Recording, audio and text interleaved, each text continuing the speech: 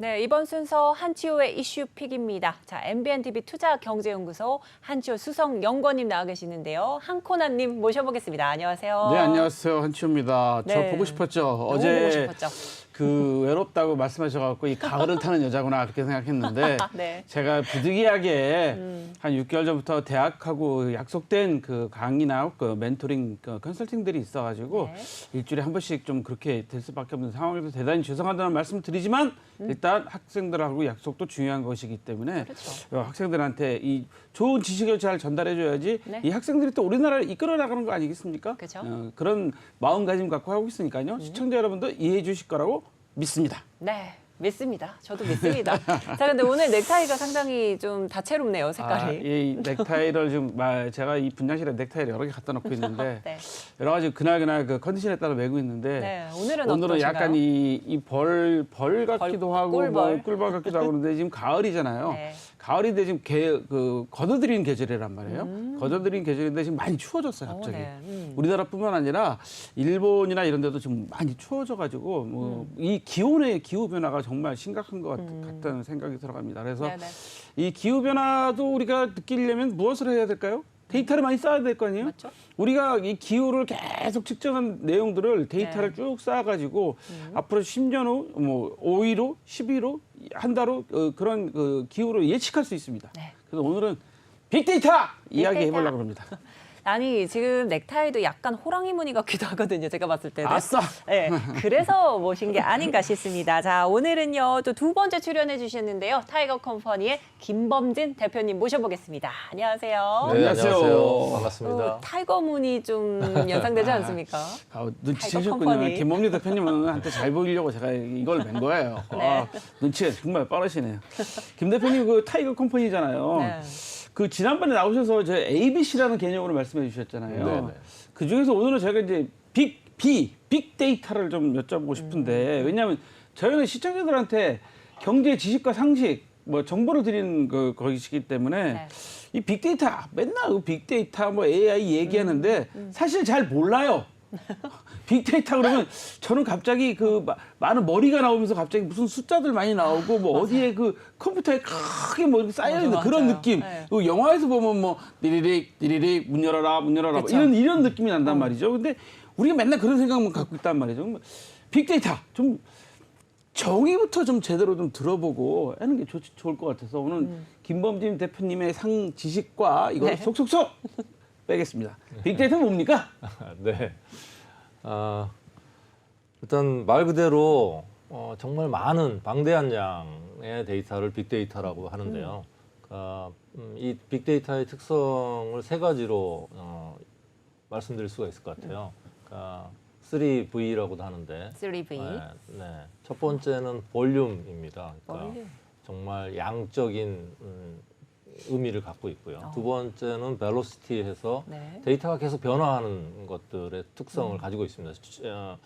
수시로 계속 변화하면서도 많은 데이터를 만들어내는 그런 특성을 갖고 있고요. 세 번째로는 버라이어티 해가지고 그 데이터가 다변화되는 다양한 형태로 표현되는 네네. 이 세 가지 특징을 가지고 있다고 볼 수가 있습니다. 그러면 지금 말씀드린 버라이어티 쇼 뭐 이런 거 갑자기 생각나는데 되게 볼륨이라는 게 크다는 거잖아요. 그렇죠. 데이터 양이 많다. 양. 그 데이터가 변화가 심하다. 변화가 빠르다. 그다음에 벨로시티. 다양하다. 뭐 이런 건데요. 버라이어티. 근데 사실은 저도 컴퓨터 좀 배웠는데 네. 컴퓨터에는 쓰레기 들어가면 쓰레기 나온다 그러잖아요. 네. 쓰레기가 입력되면 출력이 쓰레기가 돼요. 이게 컴퓨터를 배우는 사람들이 처음 1학년 1학기 가면 제일 처음 배우는 거잖아요. 근데 이 데이터도 많으면 뭐합니까? 이거 좀 정리가 좀 되고 가공이 좀 돼야 되지 않겠어요? 맞아요. 네, 맞습니다. 그래서 이제 이 많은 데이터, 변화무쌍한 데이터를 어떻게 정리하고 가공하느냐에 따라서 결국 이게 정보도 되고 아주 중요한 자산도 되고 심지어는 국가적 전략적 무기가 될 수도 있는 아주 이제 이용하는 사람 또는 그 목적에 따라서 다양하게 활용될 수가 있겠죠.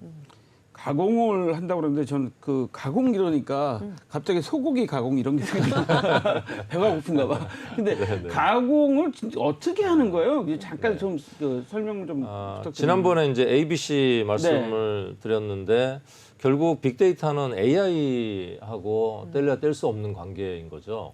그래서 AI가 활용하려면 결국은 사람이 아니고 기계이기 때문에 기계가 이해할 수 있는 방식으로 데이터가 수집이 되고 그 수집된 데이터가 가공이 된다고 말씀드릴 수 있고요. 또 하나는 이제 중요한 개인 정보들을 식별할 수 없게끔 가공을 해야 되겠죠. 잘못하면 그런 개인 정보가 나쁜 쪽으로 활용될 수가 있기 때문에 개인 정보. 네. 그래서 개인 정보 비색발화 조치라든지 이런 내용들을 가공을 해야만이 이게 데이터로서 활용할 수 있다 이렇게 말씀드릴 수 있습니다. 잘 들으셔요. 개인 정보 대단히 중요해요. 우리 문정은 앵커 전화번호 가지면 많은 시청자들이 막 전화할 수도 있어요. 그러니까 이 개인 정보 보호를 위한 데이터를 딱 가공한다. 상당히 그 공감이 가는 내용입니다. 요즘에는 전화도 무지 와요. 어딘데요? 뭐 하세요? 뭐 하세요? 그리고 전화를 엄청나게 많이 와서 요즘에는 일반 전화를 끊으려고 그랬더니 또 핸드폰 번호로 와요. 그래서 참 여러 가지 어려운데. 자, 그러면 빅데이터를 이용하는 기술이 대단히 많지 않습니까? 뭐 인공지능 지금 말씀하신 것처럼 생각나는데 공공 시스템에서도 뭐 빅데이터 하려고 노력하는 게 많다고요? 네네. 그러니까 저희 나라가 AI 기술이 앞서 있는 것 같지만 글로벌하게 보면 감히 AI 강국이라고 하기에 조금 부족함이 있거든요. 그래서 2000년 후반 본격적으로는 2021년부터 정부에서 AI 강국이 되려면 결국은 AI가 활용할 수 있는 데이터를 만들고 수집하고 가공을 해서 AI 쪽에 많은 어플리케이션들 또는 서비스들을 활용할 수 있게 해야겠다. 이런 차원에서 지금 5개년 계획으로 각 산업 분야, 예를 든다면 자율자동차라든지 또는 농축산 분야라든지 또 의료, 헬스케어 분야라든지 각 국가적인 차원에서 각 분야별로 데이터를 수집하는데 많은 비용을 지금 투자하고 있습니다. 예산을. 네네. 그래서 올해만 해도 약 5,800억 정도의 예산을 5,800억이요. 네네. 그래서 데이터 수집하는데 그렇게 하고 있거든요. 국가에서 지금 그 5,800 연간 5,800억이라는 예산을 들여서 이 데이터를 잘 축적을 해서 이거를 AI에 활용할 수 있도록 해주기 위한 사업을 하는 거잖아요. 네네 맞습니다. 이게 들어보니까 이게 일명 데이터댐 사업이야. 맞습니다. 이게 네. 데이터댐 사업. 네. 똑똑해. 아주 똑똑해. 네. 그 5,800억이나 그렇게 많이 들여야 돼요. 네. 이 사업은 실제 그 각 분야별로 심지어 이제 거의 100개에 가까운 99개 분야에 또 플러스해서 한 30개 분야가 추가로 더 있어요. 그래서 각 분야별로 세분화해서 데이터를 수집하는데 그 데이터를 수집하는 양이 방대하고 또 그 양을 아까 수집도 수집이지만 가공을 해야 되기 때문에 그걸 하기 위한 인력들이 많이 들어갑니다. 그래서 또 하나는 일자리 창출하고도 관련이 높습니다.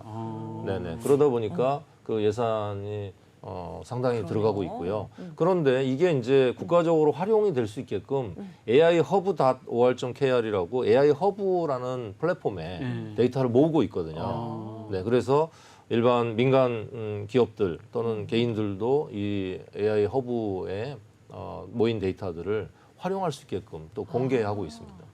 그 나라에서 정부에서 무상으로 이 데이터를 그 데이터를 수집하는 작업을 해서 그걸 가공하는 거야. 왜냐하면 이게 그 아까 말씀하신 것처럼 개인정보 보호를 해야 되거든. 예를 들어서 이 지하철에 지나가는 사람들 얼굴을 찍는다 그러면 이게 잘 될 수 있도록 큰일 나니까. 네, 맞습니다. 교통정보 데이터. 그러니까 그런 걸 정리해가지고 정부에서 이 데이터를 수집해 놓으면 민간이 가서 신청을 하면 그걸 사용할 수 있다. 이런 말씀인 거죠? 네, 맞습니다. 야, 이 사업 분야 진짜 많은 것 같은데, 자 그렇다면은 대표님 지금 계시는 타이거 컴퍼니는 어떤 사업에 좀 네네. 참여를 하고 있나요? 네, 저희도 그 99개 분야 중에 의료 음성 데이터, 그러니까 이 데이터를 수집하는 게 음성도 있고 이미지도 있고 동영상도 있고 다양할 거잖아요. 아, 그렇죠. 그 중에서 의료 분야에 필요한 음성 데이터를 수집하고 있습니다.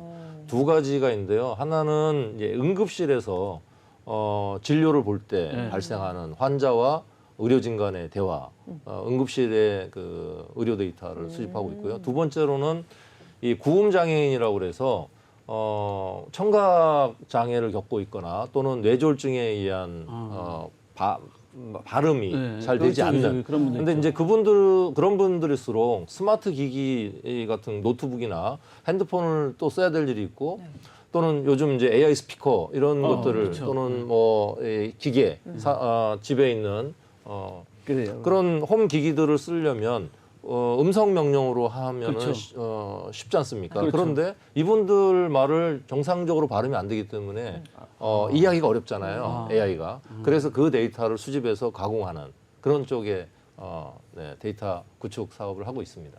야, 그럼 응급실 이거 임상 데이터 술 저거 재밌을 것 같아.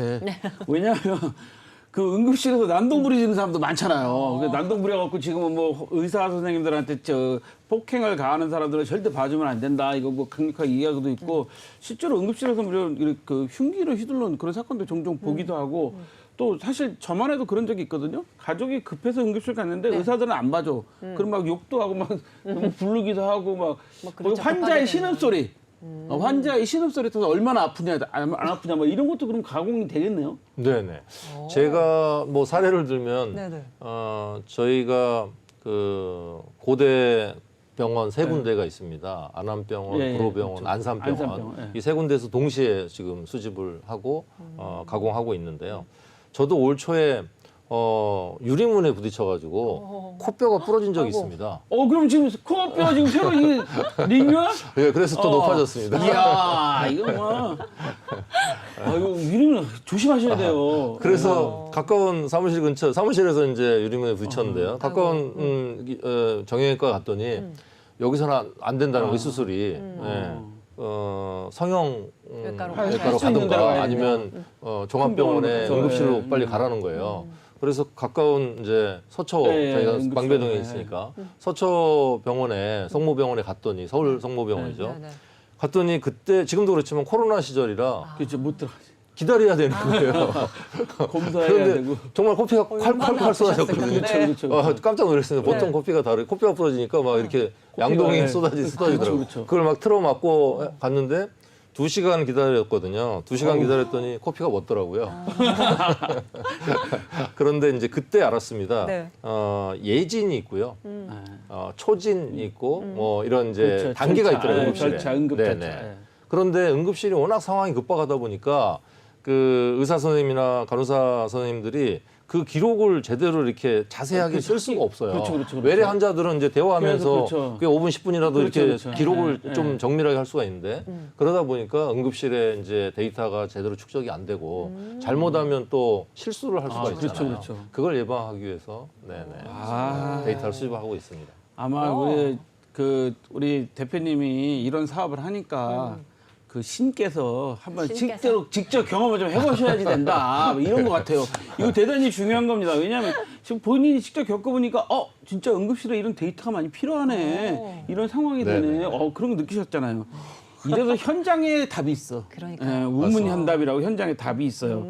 자, 그럼 이렇게 적용되면 응급실에서 데이터를 수집한 거 그죠? 어떻게 지금 적용을 하는 거예요? 맞아요.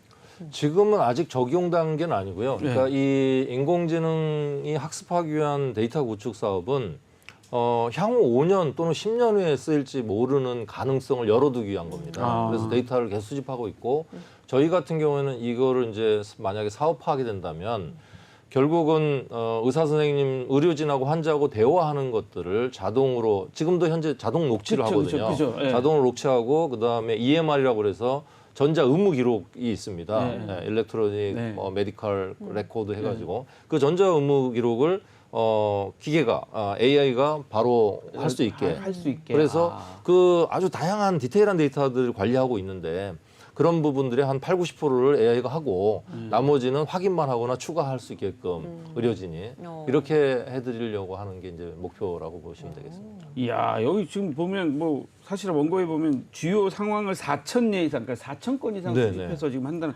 4,000 사례. 그러니까 얼마나 많은 사례가 있겠어요. 네. 그러니까 우리 응급실 가면 아기들 뭐 열나서 오죠, 또 뇌졸중으로 쓰러지신 분도 그렇죠. 오죠, 뭐 뼈 부러져서 오죠, 뭐 여러 가지인데 그런 4,000 이상의 사례를 수집해서 기록을 했다가 AI가 학습을 딱 했다가 그런 환자가 오면 의사 선생님한테도 바로 알려주고 아 이런 증상인 것 같다라고 알려주고 의무 기록도 자동으로 그냥 그렇죠. 해서 그래서 의료진은 그것만 그 기록을 보고 보완만 하는 정도의 야 이거 의사 선생님 편해지겠는데? 그러니까요. 이거 좀 아닌 것 같고요. 의사 선생님 편해진다는 소리는 제가 좀 오버한 거고요. 사실은 이렇게 해야지 또 진료를 정확하게 할 수 있고 그러니까요. 의사 선생님들이 또 손을 덜으셔야지 또 다른 환자를 치료할 수 있는 네네. 겁니다. 네. 야, 근데 또 여기 구음장애 저는 이건 사실은 좀 구음장애 몰라가지고 아까 찾아봤어요. 구음장애 검색을 해보니까 이 근육 이런 데 이상이 있어서 발음을 못 내는 거라 그러는데 이런 분들은 어떻게 데이터를 그럼 수집해요?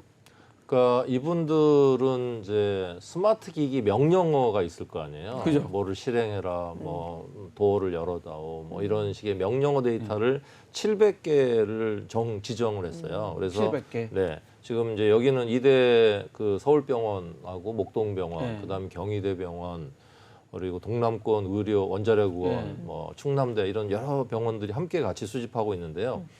신경과 네, 중심으로 그렇죠. 하고 그러겠죠. 있습니다. 그래서 우리가 뭐 들어보셨는지 모르겠는데 루게릭병이라든지 루게릭병, 근육 근육 막 문제고, 그다음에 뇌졸중, 뇌출혈 예, 환자분들도 마비 이제 오시죠. 마비가 오시잖아요. 또는 선천적인 청각 장애를 가지신 가지신 분들, 분들, 예. 네. 그리고 또 이제 경증 있고 중증 있고 한데 그분들별로 연령대별로 비율을 맞춰서 데이터를 수집합니다. 그래서 그분들한테 한 분이 700개 스마트 기기 명령어를 발음하게 하거든요. 그럼 보통 4시간 이상, 뭐 8시간까지 4시간 더 걸립니다. 걸릴 것 같은데. 하루 종일이네. 그렇죠. 그래서 8시간이면. 네네. 그래서 그분들을 발화자라고 하는데 발화자분들한테 사례비를 줘가면서 합니다. 그러니까 예산이 많이 들어가는 거죠. 네네. 그리고 그분들을 도와주는 이제 네, 옆에 도움도 있어야 의료진들이 될 거고, 있어야죠. 그래서 그리고 또 그분들이 데이터를 이제 수집이 되면 또 네. 가공 그렇죠, 그래야 되겠죠. 그렇습니다. 여러 가지 절차가 있네요. 이제 좀 이해가 됐어. 그쵸, 그쵸. 그러니까 발화자라는 그분들이 도와주시는 거야. 이 다른 앞으로 우리 그래, 향후를 위해서. 우리 진료를 위해서, 우리 미래를 위해서 도와주시는 거예요. 그러면 700개 단어를 발음하는 거죠. 문 열어줘, 문 닫아, 이야. 졸려, 카튼 올려, 뭐 이런 식으로 네네, 700개의 맞습니다. 단어를 700개. 해주면 와. 그거를 다 수집해가지고 연령별로, 증상별로 어떤 분들이 있는지를 다 해서 그거를 이제 AI가 학습하게 한다는 거잖아요. 네네 맞습니다. 아, 야, 이거 그러면 이거 진짜로 이거는 제가 보기에는 이 구음 이거는 제가 바로 와서 닿습니다. 왜냐하면 그분들 정말 불편하시거든요. 그렇죠. 그러니까요. 특히 루게릭병 이런 분들은 정말 어떻게 대책이 없더라고요. 그런 좀 안타까운 것도 많은데. 네. 자, 그러면 다른 실생활에서는 또 없을까요? 그 저희 고객 중에 프랜차이즈 뭐 매드포 관리기라는 프랜차이즈 고객이 있는데요. 네네네. 네. 그 기업 같은 경우에는 매장에 매일매일 손님이 오시고 주문하는 그죠. 제품이 스파게티 다르지 않습니까? 뭐, 예. 그런 거를 데이터를 분석을 합니다. 데이터를 분석해서 결국은 이제 식재료를 어떻게 준비할 건지가 결국은 이제 중요한 또 관건이지 않습니까? 네, 그런 프랜차이즈 식음료 기업들은. 그래서 그런 부분들을 분석을 해가지고 날짜별로 또는 지점별로, 전국에 이제 지점이 있는데 지점별로 어떤 메뉴가 잘 팔리는지 이런 것들을 분석해서 특히 식재료 중에 신선 식품들을 이제 냉장 또는 냉동 보관해야 되는 이런 냉장 보관 식재료들을 어떻게 수급을 할 거냐 이런 데 활용하고 있기도 하고요. 네. 야, 그러면 요번에 다 어떤 고객이 언제 오고 대략에 어떤 부류의 그러니까요. 고객들이 오시고 무엇을 많이 시키시고 날씨가 이럴 때 뭐 시키고 뭐 시간대에 따라서 뭘 시키고 어떻게 야, 이런 것까지 다 그러니까. 철저하게 그럼 하면 이제 앞으로 식자재를 어떻게 준비할 건지 어느 지점은 어떻게 할 건지 그러니까 점점점 인간을 편하게도 하지만 합리적으로 좀 만들고 있어요. 그러니까요. 이렇게 만들고 있단 예측 말이에요. 가능하게 또 준비되면 또 기업 입장에서는 낭비를 좀 줄일 수도 있잖아요. 그렇게 되면. 그렇죠. 뭐 맞습니다. 기업 입장은 좀 어떻습니까? 지금 그 네. 거래처가 있어 그 현재 그 일을 해주고 있는 데가 있으시니까 거기서 어떤 게 좋다 그래요? 결국은 이제 제품 재고 관리가 첫 번째고요. 거기에 품질 관리가 최적화되겠죠. 네. 그리고 폐기해야 될 제품에 대해서도 사전에 이제 예측이 되기 때문에 그런 이제 수급이라든지 폐기 이런 관리가 용이하기 때문에 활용할 수 있는 것들이 이제 도움이 되는 거죠. 결국 그렇죠. 경영 효율화 측면에서. 그러니까 재고 관리 비용도 줄이고요. 네, 맞습니다. 네. 야, 이거 참 빅데이터가 이제 우리 생활에 이렇게 뭐 왔는데 그거는 이제 식당이라고 쳐. 왜냐하면 식당으로 치고. 네. 그럼 또 딴 데 없어요? 뭐 다양합니다. 그래서 전에 들으셨는지 우리 이제 네.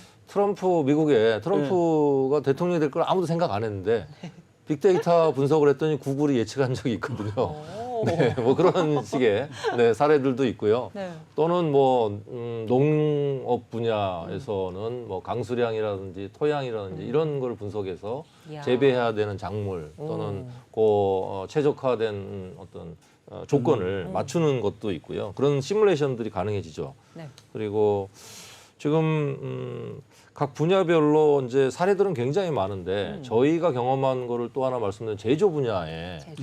네. 그러니까 제지 분야입니다. 네.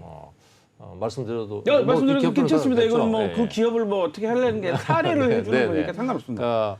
그러니까 한솔 제지라고 제지 종이를 만드는 한시야. 회사가 있는데 네. 제지를 만들 때는 펄프를 원료를 넣어서 종이를 얇게 펴가지고 뭐 정말 예, 가공. 막 50m, 100m 쭉 이렇게 하더라고요. 예. 그걸 말리고 그다음에 코팅하고 막 이런 과정이 있습니다. 공장이 라인이.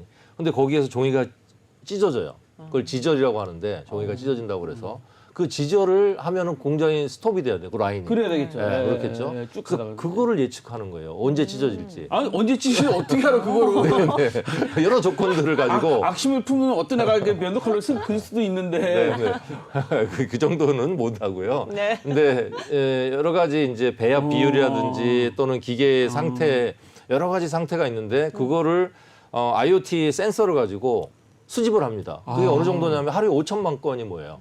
5천만 하나의 건이요? 라인에서 하나의 5천만 건, 라인에서 하나의 5천만 라인에서 건? 5천만 건이 모이면 하루에 그냥 520기가 정도가 520 데이터가 쌓이고요. 1년이면 그냥 200테라가 됩니다. 200테라. 네. 그런데 1년치 이상을 모아야 네. 예측이 가능하거든요. 그 데이터들을. 그래서 다양한 그런 변수들을 고려해서 예측하는. 그래서 종이 찢어지기 30분 전에 1시간 전에 아는 거를 목표로 그렇게 이제 수행한 사례도 있습니다. 와, 이거 되게 신기한데요. 그러니까 이게 공장에서 막 라인이 돌아가는데 지금 종이를 막 생산해내고 있는데 네. 야 30분 있다 이게 찢어질 상황이야. 스톱하고 좀 다시 정비하고 좀 다시 해봐. 뭐 이런 것들을 예측한다는 말씀인 거잖아요. 네, 근데 이제 수도 안 시키기 위한 거죠. 그래서 어느 부분에 이제 조절을 해야 되는데 예를 들어서 강도라든지 뭐 이런 거를 조절할 수 있겠죠. 잡아당기는 강도라든지 뭐 이런 땡기는 부분들. 거. 네네. 그래서 이제 기계를 조작하는데 그거를 조작하기 위해서 사전에. 사람의 감이 아니고 아. 네, 이런 AI 분석 빅데이터를 분석한 AI 엔진이 얼럿을 주면 그 부분을 조절하는 거죠. 야, 이거 지금 이거 난 진짜로 사실은 오늘 좀 빅데이터 좀 이야기 좀 하자고 말씀드렸는데 대단하네요. 이거 언제 찢어질 거를 학습을 해가지고 이게 미리 대비를 한다. 그러니까. 그럼 한치호가 언제 이거 아플지 다 알아서 학습을 하고 이래야 되는 거랑 똑같은 건데. 그렇습니다. 언제 그러니까 넘어질지. 헬스케어 분야에서는 네. 유전자를 분석을 하는 거예요. 그런 분야가 있습니다. 그래서 이미 유전자는 부모로부터 타고난 거잖아요. 그렇죠. 태어날 때부터. 그래서 전에 그 여배우 중에 안젤리나 졸리. 예. 예. 그래서 그냥 미리 예, 암이 유방암 발생하기 수술. 전에 맞네요. 수술을 했지 않습니까? 네. 그런 것처럼 유전자 데이터를 분석을 해서 미리 어떤 병에 취약하기 때문에 조치를 하는 보강을 하거나 뭔가 대비하는 이런 것도 가능하죠. 네. 와, 그러니까 이게 참 대단한 그걸 갖고 있어요. 지금 말씀 들어보면 뭐 한솔제지 그 아까 그 매드포 관리 사례 뭐 이런 비슷한 외식 기업들 뭐 있고 있는데 뭐 다른 기업들은 없어요. 기업들 많이 소개해 줘도 돼요. 네네. 저희랑 실제로 일해본 경험상. 네네. 그래서 뭐 매드포 관리 같은 경우에는 데이터온이라는 회사하고 했고요. 거기는 지금 KT하고도 협력하고 있고 다양하게 KT 하고도. 지금 네. 그래서 KT에 보면 음식점들 프랜차이즈 음식점들 가면은 KT 로봇이 이렇게 디지군가 뭔가 왔다 갔다 해요. 그렇죠. 하죠. 가져오잖아요. 네네. 그런 것처럼. 그리고 저희가 지금 아까 말씀드린 그 한국지능정보사회진흥원에서 진행하고 있는 국가적인 데이터 사업에도 참여하고 있는 B2N이라는 회사도 상장사인데 그 회사 같은 경우에는 이런 데이터나 인공지능 사업도 하지만 또 품질 관리도 합니다. 이런 데이터에 대한 그런 회사들도 있고요. 그리고 또 코난 테크놀로지 같은 경우에는 거기도 코난. 상장이 코난 아시죠? 근데 거기 같은 경우에는 지금 한국 그 항공 우주 산업하고 같이 이제 AI를 위한 서비스들, 그러니까 항공기도 이제 예방 정비를 사전에 해야 되잖아요. 그렇죠. 또는 제일 드론이라든지 중요하죠. 이런 이제 그런 것들을 예지 정비한다든지 이런 데 활용하는 또 새로운 이제 항공 무인기들이 어떻게 발전할 건지 뭐 이런 걸 예측한다든지 이런 분야에 협력하고 있는 걸로 알고 있고요. 네, 솔트룩스 같은 경우에도 뭐 빅데이터 플랫폼을 가지고 다양한 분야에 적용해서 서비스하는 걸로 알고 있습니다. 그래서 지금 각 분야에서 뭐 다음에 또 AI 이야기 말씀드릴 때 더 다양한 사례들이 또 제시되겠지만 어찌됐든 오늘은 이제 AI라는 그런 거를 활용하려면 결국 데이터가 필요하고 그 데이터가 아까 쓰레기 데이터가 아닌 정제된 활용 가능한 데이터들을 확보하는 게 중요하다. 나한테 쓰레기라고 그런 줄 알았어. 깜짝 놀랐네. 아이고 깜짝 놀랐네. 내가 코란 회사 지나가다 봤다고 얼마 전에 방송에서 이야기했잖아요. 간판 봤다고. 그 회사 같아요. 보니까. 그래서 다양한 하는데 빅데이터가 중요하다. 지금 말씀하신 것처럼 AI를 제대로 하려면 빅데이터가 기반이 돼야 된다. 그리고 좋은 데이터를 많이 수집해갖고 AI가 학습해줘야 된다. 뭐 이런 거잖아요. 네. 빅데이터의 중요성은 그런 건가요? 아니면 또 다른 것도 또 있을까요? 결국은 지금 이제 빅데이터에 관심을 갖고 활용하게 된 거는 스마트폰의 영향이 크잖아요. 그렇죠. 네네. 근데 스마트폰은 사람의 몸의 일부처럼 항상 뭐 붙어 있지 않습니까? 그렇죠. 없으면 불안해. 네. 그래서 그만큼 이제 우리가 그 행동하는 인간의 어떤 행동 데이터들을 계속 수집하고 그거에 대해서 분석할 수 있는 환경이 된 거죠. 그런데 아까 제가 말씀드렸듯이 IoT 기술이 발전하면서 이제는 기계들이 어떻게 지금 움직이는지, 기계들이 어떻게 오작동을 일으키는지도 수집이 가능한 거죠. 네. 그러니까 엘리베이터 같은 경우에도 미리 이제 다 언제 고장 날지, 어느 부품이 문제가 있는지를 알 수가 있습니다. 엘리베이터 사고 나지 않게. 뭐 이런 것처럼 결국은 데이터가 다변하게 나오고 있는데 그것이 결국은 사회적으로 또는 국가적으로 활용될 수 있는 분야가 무궁무진하다고 말씀드릴 수 있죠. 지금 말씀 들어보니까 엘리베이터, 항공기 이런 거는 대단히 중요한 그렇죠. 빅데이터 관련인 것 같아요. 이거 안전과 관련된 문제들이기 맞습니다. 때문에 이거는 정말 사람 생명과 관련된 게 정말 중요한 것 같은데, 야 그러면 지금 뭐 말씀 좀 듣다 보니까 빅데이터를 좀 하는데 이거 얼마 전에 사실은 카카오 그 사건 났잖아요. 네네. 그 사건을 이야기하고 싶은 게 아니라 클라우드하고도 그러면 연결이 좀 될 것 같아요. 아주 밀접합니다. 네. 그러니까 빅데이터가 내 노트북 또는 스마트폰에만 있다고 하면 데이터가 저장 용량의 한계도 있지만 액세스할 수 있는 방법도 극히 제한적이잖아요. 그런데 클라우드 기반에 올라가 있으면 그 데이터가 아까 AI hub.or.kr 말씀드렸듯이 올라가 있으면 전 국민이 액세스할 수도 있잖아요. 또는 365일 24시간 언제든지 액세스할 수가 있습니다. 그렇기 때문에 뭐 우리가 이야기하는 빅데이터 또는 AI는 클라우드의 어떤 기반 기술이 뒷받침이 되기 때문에 가능해졌다고 말씀드릴 수 있습니다. 이 클라우드가 중요한 게 며칠 전에 제 지인이 캄보디아에 앙코르와트를 갔는데 이렇게 지도를 이렇게 보고 지나가다가 누가 오토바이로 확 날치기를 해갔대요. 네. 그 히트레시프를 그래갖고 없어졌네. 쫓아가다 네. 놓쳐갖고 이걸 뭐 잡지를 그걸 못 잡잖아 오토바이니까 오토바이를 못 잡았는데 결국 그 자기 휴대전화 안에 있는 그 모든 중요한 사진들 뭐 이런 거 다 전화번호는 복구가 됐는데 이건 복구를 못 시켰다 그러더라고요. 그래서 저한테 클라우드를 좀 사용할 걸 그런 후회를 하는데 그런 건 맞는 거죠. 네, 맞습니다. 그래서 전에 드롭박스라고 들어보셨는지 모르겠는데 들어봤습니다. 그렇죠. 예, 예. 예. 그게 이제 크라우드 저장소라고 그래서 내 사진, 내가 찍은 동영상 또는 중요한 메모 데이터들을 다 크라우드에 자동으로 올리게. 내가 여기 때 스마트폰 또는 노트북에 기록하는 순간 자동으로 크라우드에 올리게 해주는 그런 서비스들도 아주 오래전부터 나와 있고요. 활용하고 계신 분들이 많죠. 그럼 여기서 이제 갑자기 훅 하는 질문 하나 네네. 들어보면 이번 카카오처럼 그런 정전 사태를 하면 어떻게 되는 거예요? 뭐 내 다운 못 받잖아. 네. 이제 워낙 이제 많이들 알려졌는데요. 카카오 덕분에 크라우드에서 이해가 높아졌을 텐데. 그러니까요. 사람들 엄청 자, 똑똑해졌어. 예, 재난 상황에 대비하게 돼 있어요. 그러니까 크라우드 항상. 서비스를 하는 기업들은 당연히. 그래서 여러분들 조선 왕조실록의 4대 사고 들어보셨죠? 들어는 봤어. 이번에 막 네. 이 카카오 사태 나니까 막 사람들이 막 사진으로 막 돌리더라고요. 네.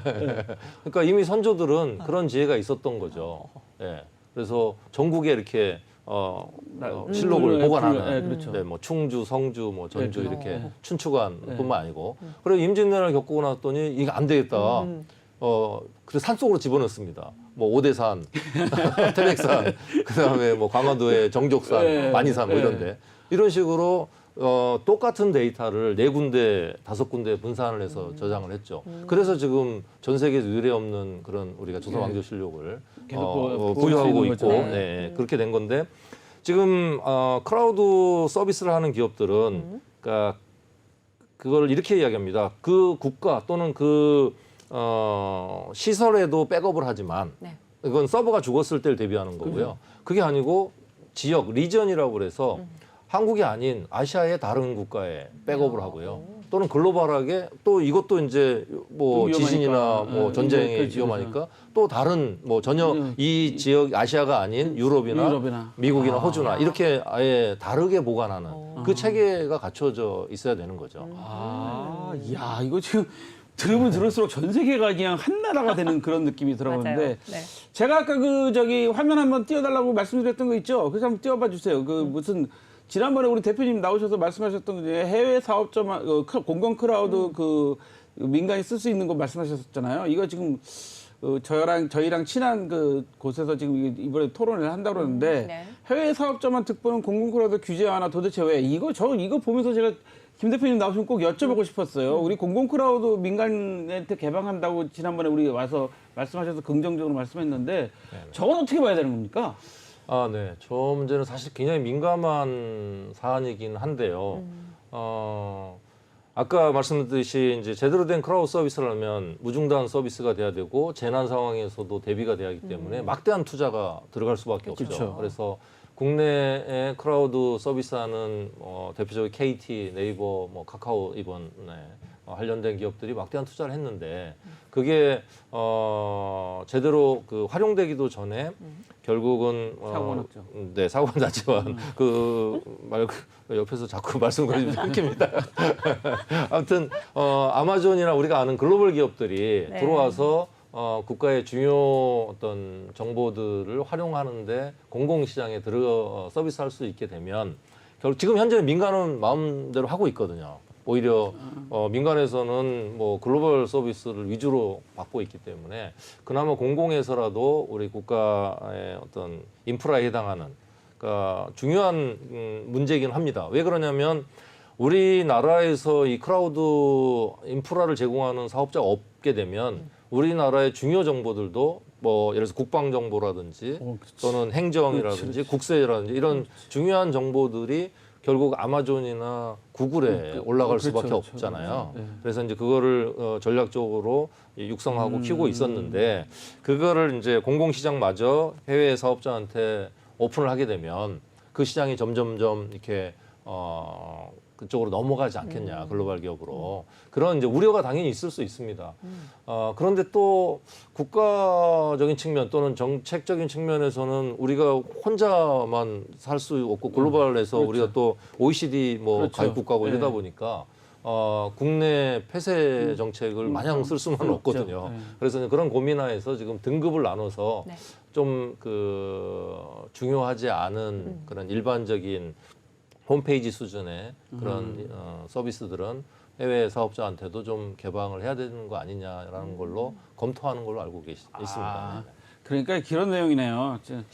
그러니까 우리가 그 글로벌하게 해야 되기 때문에 무조건 막을 수는 없으니까 일반적인 그 부분에 대해서만 지금 현재 여러 작업을 하려는 그 현재 검토 중이다. 아직 실행은 안 된 건데, 근데 이제 미리 이제 저런 걱정들을 하고 있다 이런 말씀인 것 같아요. 그러니까 저걸 미리 열게 되면 나중에라도 혹시 또 문을 하나 열면 또 하나 여는 것도 쉬우니까 그렇죠. 그런 것들에 대한 이제 우려 때문에 있는데.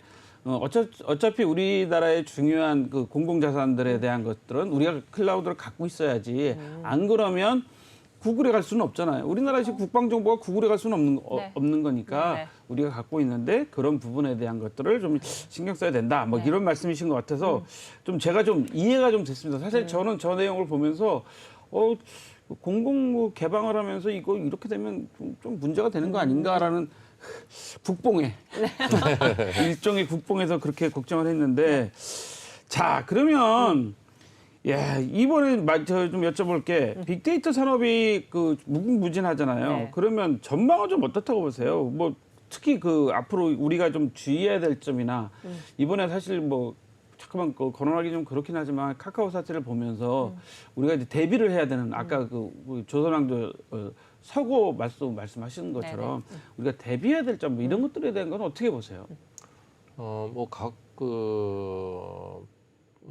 국가면 국가 또는 이제 기업이면 기업, 개인은 개인 각 분야의 이제 역할에 따라서 달라지긴 하겠죠. 달라지겠지만 그러니까 법으로 이제 정비해야 될 것도 있을 거고요. 또는 기업에서 이제 시스템적으로 관리해야 되는 그러니까 고객의 데이터들을 안전하게 보관하고 관리해야 되는 의무도 있을 거고요. 근데 개인들 입장에서도 내 데이터가 어디에 제공되고 있고 어떻게 활용되고 있는지를 좀 더 관심을 가질 필요가 있다고 보여집니다. 네네. 그러니까 우리들 보면 요즘에 이메일이 와요. 네. 어디다 금융정보 제공했다. 뭐 이런 게 오는 그렇죠. 거니까 이제 그런 말씀하고 같은 건데 그럼 마지막으로 한 가지만 더 여쭐게요. 중국이 그 안면 인식해갖고 개인에 대한 그 인권 침해 문제들 이야기 많이 하잖아요. 네. 그 우리나라도 며칠 전에 뉴스에 보면 그 용산에 대통령실 주변에 그 CCTV 카메라로 안면 인식을 해서 사람을 통제하는 거 아니냐 뭐 이런 이 의혹들을 제기를 했는데 그쪽에서는 아니라 그러니까 경호실이나 이쪽에서는 아니라고 그랬단 말이죠. 사실 이런 것들은 좀 필요한 거 아니겠습니까? 근데 왜 이렇게 뭐 서로 민감하게 뭐 아니다 그렇다 뭐 이렇게 주고받는 상황이 되는 건가요? 참 오늘 민감한 이슈들을 많이 제기하시는데 답변하기 그냥 좀 곤란하게. 일반적으로 말씀해 주시면 됩니다. 네. 네네.